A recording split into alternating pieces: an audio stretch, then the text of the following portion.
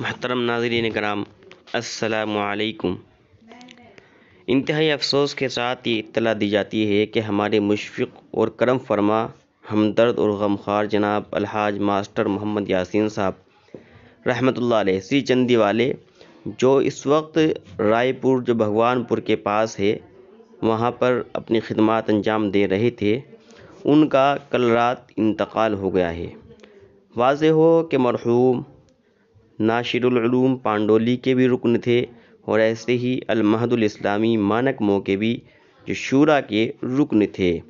مرحوم کی نماز جنازہ مدرسہ سعیدیہ رائے پور میں آج 26 دسمبر دوپہر 2:30 بجے ادا کی جائے گی۔